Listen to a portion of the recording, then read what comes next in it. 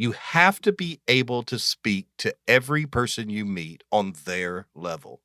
And I would posit that Kesha is a master of that. Welcome to Allegedly with Bo and Ryan, the only entertainment and law podcast that brings you the truth, the whole truth, and nothing but the truth. Allegedly. I'm Bo Bowen. And I'm Ryan Schmidt. You're listening to Allegedly with Bo and Ryan. We're coming to you from our law offices in beautiful, historic Savannah, Georgia, where we'll be chatting about pop culture, hot legal topics in the news, and doing our best to change the way people think about the law and lawyers. But first, a little about us. Bo is an amazing chef. His famous pickled chocolate chip cookies once made Gordon Ramsay cry tears of pure joy. And Ryan is known all over the world for his incredible bear hugs. But when Ryan does it, he hugs actual bears. Together, we are Savannah's consummate renegade legal titans. And the only corporate and entertainment lawyers in the free world who have never lost a single case. Allegedly.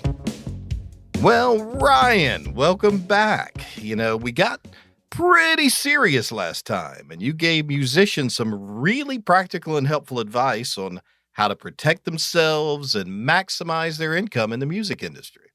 Man, that was some interesting stuff. Yeah, it's fun. It's important. Well, I thought maybe this time we'd lighten things up a little bit. So I came up with a new challenge for you. You're always coming up with these challenges. I love it. So here's my thought. I want to do something a little different. Now, as you remember, we already talked about if we had a case, with our life on the line, what fictional lawyer would we choose to represent us? Right. Okay, so this time's a little bit different. This time, I want to know if you could pick one actor, okay, one musician, and one athlete that you believe would make an incredible lawyer. Who would you come up with? Okay, cool. I like it. All right, but I want to make it a little more challenging because, a lot of actors have portrayed lawyers. You got your you can't handle the truth moments out there from Tom Cruise, and we've talked about, the guy from Suits and so on. So to make this a little more challenging, especially in the actor category, it can't be an actor that has ever actually portrayed a lawyer. Okay. Jeez. Okay. All right. So now remember, the idea here is somebody that if they had not, followed their profession of being an actor or a musician or an athlete and had gone to law school instead, we believe they would make an incredible lawyer. Okay. All right. You got it? So with that having been said, who do you think, what's an actor you believe would make an incredible lawyer? Okay, so I have been rewatching Parks and Rec. I know that you and I both like that show quite a bit. And I'm going to have to go with Rashida Jones. Ah, interesting. It's a Quincy Jones' daughter, right? Absolutely. So reading more about Rashida Jones, she is just brilliant. She is a genius.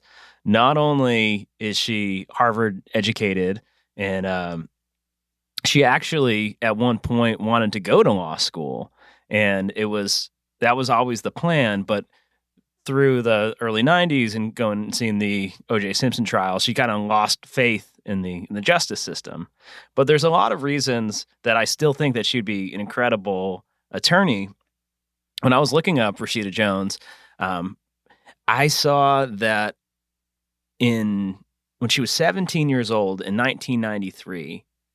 Tupac Shakur very publicly came after her parents, Quincy Jones, and her entire family. And why would he have done that? I mean, who doesn't love Quincy Jones? Right. Well, Tupac certainly was known for having some hot takes on some things. And, this was particularly offensive and egregious. He had these statements that he made that came after Quincy Jones for his relationships with white women. Quincy Jones, of course, is married. Rashida Jones' mother is white, and they have a whole bunch of interracial children. And Tupac, in the nicest terms possible, because by far his actual language was disgusting. But basically, said Quincy Jones needs to stop being with white women, and all their children are an abomination. And wow. Yeah, exactly. And also, like, he had never worked with Quincy Jones. He didn't know him from Adam, but he just decided to take a shot at him. Wow. I mean, even the fact that Tupac Shakur was cursing, I mean, come on. Right. Like, let's do better. Exactly.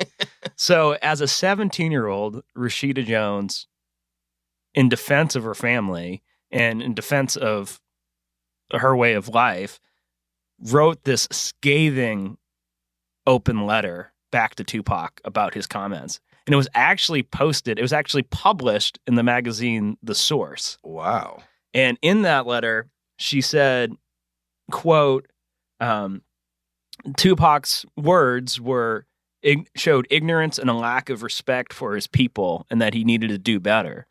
And this is a 17-year-old junior in high school. And it just blew my mind. But not only was it the words powerful and the commitment to justice powerful, but also the outcome. So after that letter, after that response was made public, a relationship actually formed between Tupac and the Jones family to heal those ties. And actually, Tupac ended up dating one of Quincy Jones's daughters. Seriously? Yeah. Oh, man, that is amazing. And, if that isn't, in of itself, starting from such polar opposite places, just an example of the power of persuasion and commitment to justice that Rashida Jones has, I don't know what else would be. I mean, yeah, talk about bringing people together, which is, a huge part of being a lawyer. Right. Finding middle ground. Well, that's who I would pick. What about you, Bo? Well, I've been thinking about it, and I think I'm going to go with Gemma Chan. Now, if for those people that might not know her, Gemma Chan has been in a ton of movies, TV shows. I think I first saw her on the television show Humans, but she's been in Sherlock. She had a major role in Crazy Rich Asians.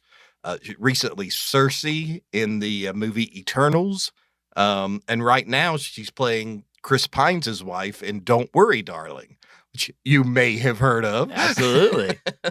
Now, why do I think she'd be an incredible lawyer? Well, first of all, Gemma Chan has got to be one of the most beautiful women in the world. Now, maybe shallow, okay, but the fact of the matter is that being attractive can definitely give you a leg up when you're talking about capturing and holding the attention of a jury. I mean, let's face it, there's a reason you're more likely to see George Clooney or Cary Grant as a leading man than, say, Steve Buscemi or 2022 Mickey Rourke. Sure. So, but obviously just simply being attractive by itself is not enough. Okay. That may get you through the door, but you got to have more than that. You got to have the intelligence to back it up. And that's what I love most about Gemma Chan. She is one of the most intelligent and educated actors in the world. And in fact, I'm actually cheating a little bit here, because even though she never actually practiced law, Gemma actually has a law degree from Oxford University. Wow. And that's pretty decent school. Yeah. Heard of it. So when you add together a stunning level of attractiveness with extreme charisma and high intelligence, well, that's what those of us in the legal profession call the full Ryan Schmidt. Oh, wow. So my pick for an actor who I believe would be a great lawyer is Gemma Chan. I like it. Really nice. So now let's get into your realm, musicians. Mm-hmm. So for those who haven't listened to us before, Ryan is actually a recording artist himself. It was on The Voice. And so you know a lot about musicians, and you've met a lot of musicians. Sure. So for me, I always go back to my favorite musical artists and what I strive to do when I was being a singer-songwriter full-time was to set myself apart in the lyrics and the songwriting and the craft of it all and the ability to tell a story. And nobody does that better than Bob Dylan. Fair enough. And he may not pass the attractiveness test though. He wouldn't, but maybe he's got more of that like appellate practice, or maybe he's like on like a emotions type firm, but absolutely crucial to a litigator's way of life is the ability to weave and tell a compelling story.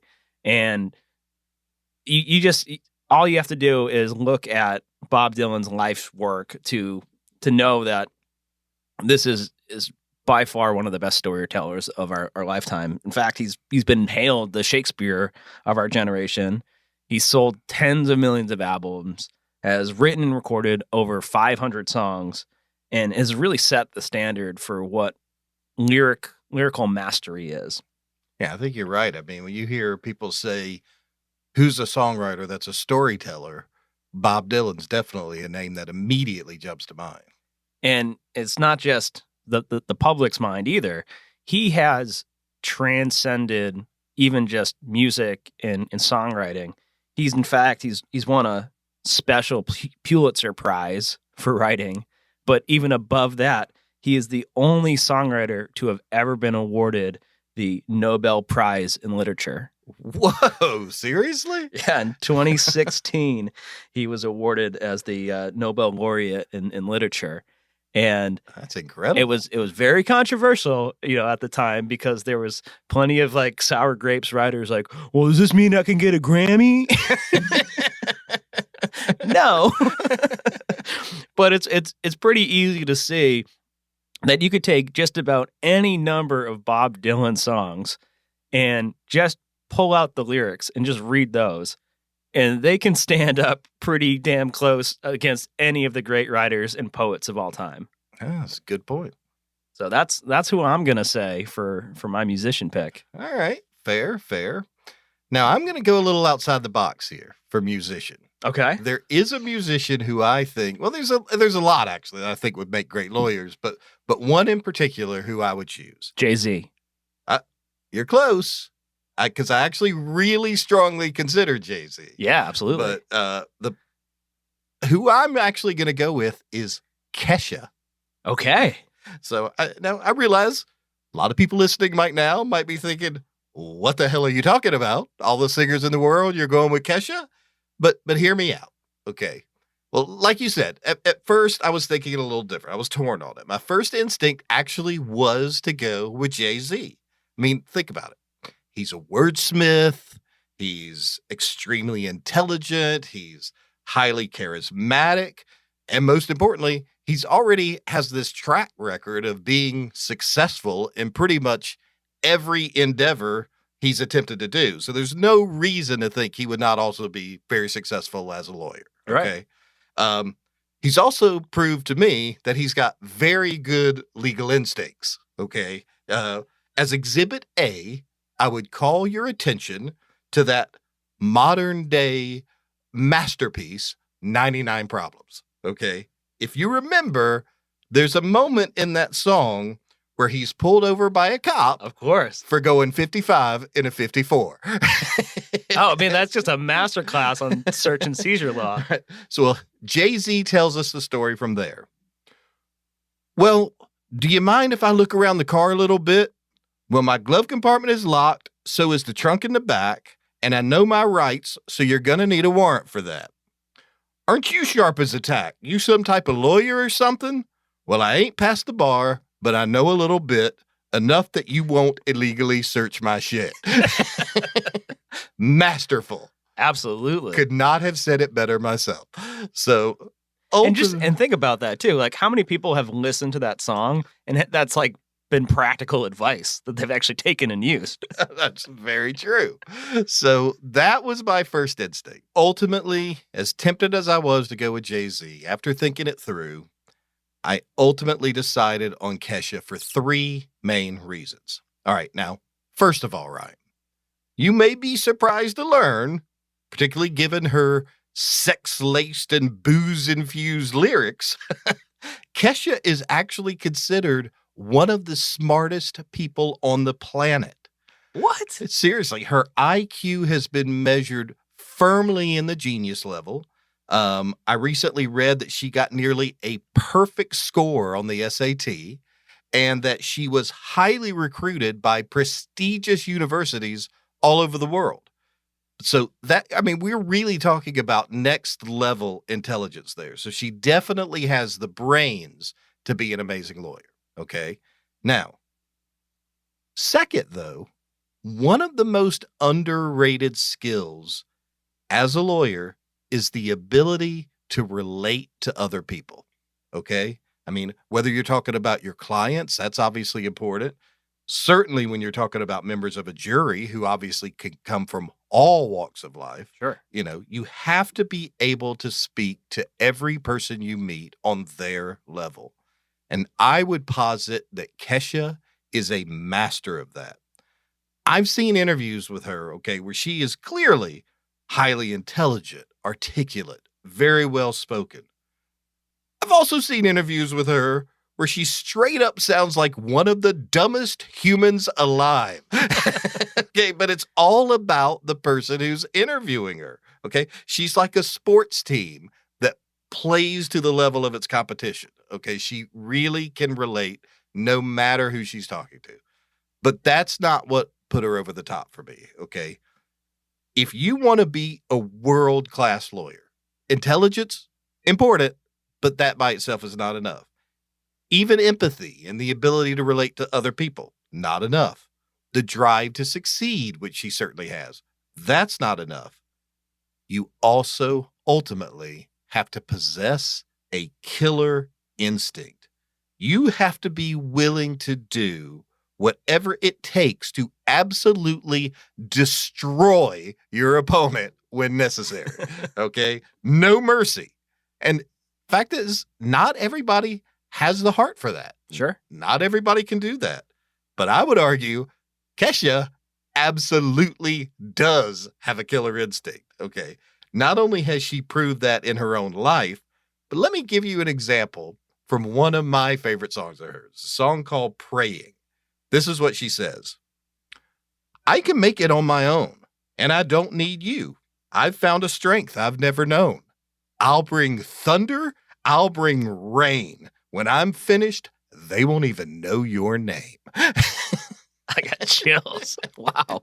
That, my friend, is a killer instinct. No kidding. And so that's why I'm going with Kesha as my musician lawyer. I love that, because if somebody here, anyone that's listening, knows Kesha, we can, the Bowen Law Group's hiring. We can bring her on. Absolutely. So, all right, well, let's move on to the final one.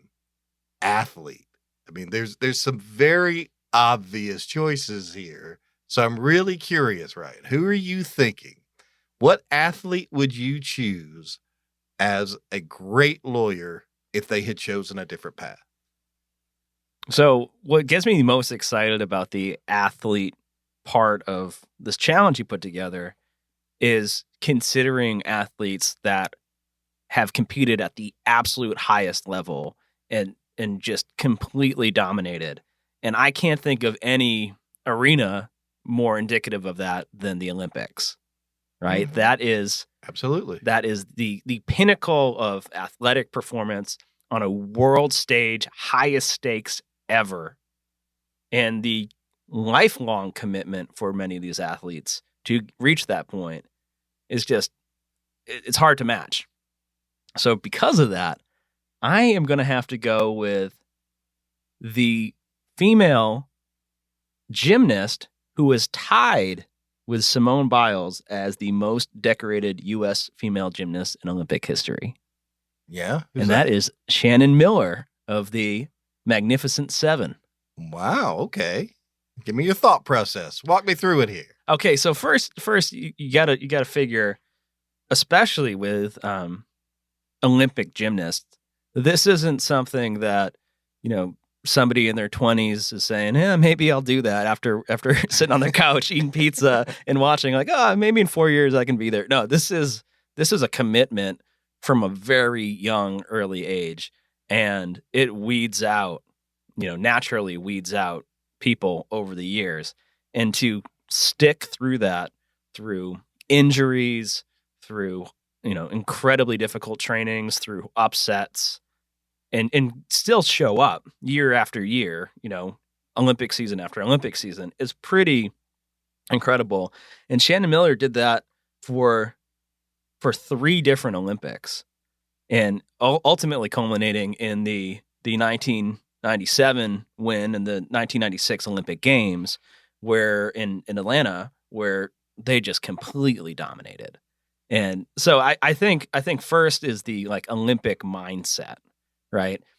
Not only does it take that to be a great lawyer, but it also takes that to even commit to going to law school and getting through that process, because that's no day at the playground either. Right. Well, I mean, as much as I would like to say going to law school is the equivalent of making the Olympics, maybe not quite as difficult, but certainly it does take. I mean, if you can make it to the Olympics, you're going to make it through law school. Right. And in case in point, Shannon Miller actually went to law school and graduated. I already played that card, so I'll allow it. So in 2007, 10 years after her biggest Olympic victory, graduated from Boston College School of Law, and didn't immediately take the bar exam, didn't go into practice, was a mother, was doing a whole bunch of things in the health space and the athlete advocacy space. And actually in 2011, when she was at a crossroads of whether deciding to pick up and actually practice law, she was diagnosed with a very rare and very aggressive ovarian cancer. Oh my goodness. And that whole process was, it was a softball sized tumor in her ovaries. And it was just, it was devastating, but she made it through that process. She healed up, and she committed to make her life's work about being an advocate for women's health, as not only a lawyer, a legally trained mind, but also as a lifelong athlete to serve her community as an advocate. And I think both the Olympic drive and the Olympic spirit and the ability to be an advocate for justice and what is right. That's why I picked Shannon Miller. Awesome. I mean, that what an inspiring story. So, no, I can get behind that. Now, for my athlete, all right, I'm going to go a little bit out of the box here. Okay. Am I going to know who this person is? Probably not. Okay. But, well, okay. Over the years, you and I have had several conversations about whether or not something qualifies as a sport. Okay? Right. Fishing, for example. All right. Maybe chess or the National Spelling Bee. Tag. Cornhole. I mean, for purposes of this question, all right, I'm going to go with a very simple, objective definition. All right. If it's televised on ESPN, I'm calling it a sport. Yeah, that was the first thing that came to my mind. As long as it's been shown on ESPN, then we're good. Yeah, exactly. So with that definition in mind, I'm turning to the world of poker. All right. And for the athlete I believe would have made an incredible lawyer, I'm going with poker legend Amarillo Slim. All right. Okay. Now, Amarillo Slim passed away 10 years ago, but he was a 4-time winner of the World Series of Poker. All right. He's in the Poker Hall of Fame. All right. But he makes my list because of his ability to figure out a way to always come out on top against some of the most talented people in the world. Now, you remember a few weeks ago when we were talking about our top fictional lawyers of all time. Of course. One of mine was Saul Goodman, right? And the reason I went with Saul was because no matter what the odds were, Saul was a master at doing whatever was necessary to win. Shady? Okay, that's fair, but definitely effective. All right. Well, that's Amarillo Slim in real life. Okay. There's a great book called Amarillo Slim in a World Full of Fat People.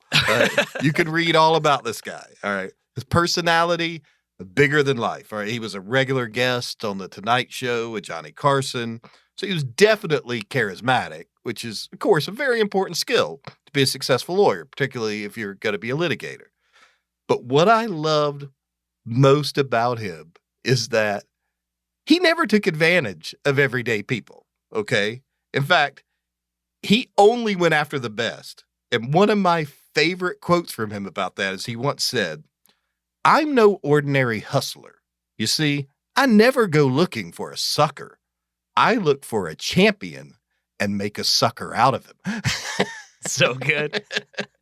Well, let me give you a few examples. Okay, so these are real things that he did to win bets. Okay, so he had a friend who had a thoroughbred racehorse. Okay, very proud of it, always bragging about it. And so Amarillo looked at him and said, "You know what? I can beat your horse in a 100-yard dash." The guy, of course, immediately scoffed and was like, "Would never happen." He goes, "All right, $100,000. I can beat your thoroughbred racehorse in a 100-yard dash as long as you let me choose the course." So the guy was like, "Look, you could pick any course you want. Doesn't matter. My horse is going to beat you." So they set a date, walk out, and he's marked off 25 yards down. And he goes, "Okay, here's the course. 25 yards down and back, 25 yards down and back."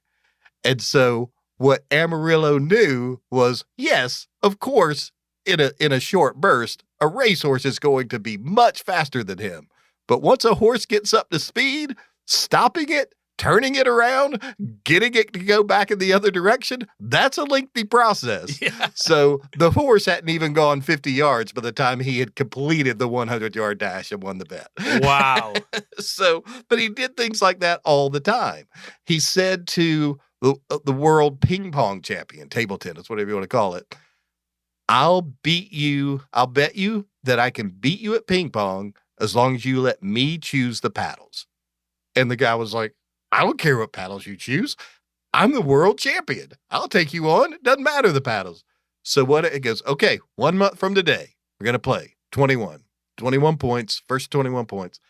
So what he did was he went home and he got a Coke bottle. And he sat there for a month practicing hitting a ping pong ball with a Coke bottle. Finally after weeks, got to where he could hit it pretty much every single time right over the net. Shows up for the big match, hands the ping pong champion a Coke bottle and says, "Okay, here's your paddle. 21-0 Amarillo Slim." And it wasn't just like world champion. Famous people. He challenged Bobby Riggs to a tennis match. Said, once again, you could probably guess, long as you let me choose the rackets. Showed up with 2 cast iron skillets, which he had practiced with. Again, blanked him, beat him badly. Did the same thing to Minnesota Fats, the world famous pool champion. "I'll take you on in pool for this huge amount of money, long as you let me pick the cues." Practiced with a month with a broom, showed up, handed him Minnesota Fats a broom and said, "Okay, here's your cue." Again, destroyed him. Genius. So, yeah, I have no doubt that if Amarillo Slim became a lawyer, he would walk into any courtroom with his trademark cowboy hat and figure out a way to win every single time. I mean, kind of like how the Bowen Law Group figures out a way to help our entertainment and corporate clients win every single time. Exactly, Ryan. That's a good point, which is why, of course, we are the most successful lawyers in the history of American jurisprudence. Allegedly. That's our show for today. Thanks for listening to the legal mastery of the highly intelligent and easily most attractive true legal out lawyers in Savannah. And remember, the only lawyers in the free world who have never lost a single case. Alleged. To continue to receive free edge-of-your-seat legal anecdotes, mind-blowing takes on hot topics, and a general masterclass in awesomeness, please head over to thebowenlawgroup.com/podcast and look for... Dude, I'm pretty sure they figured it out by now. just hit the damn subscribe button.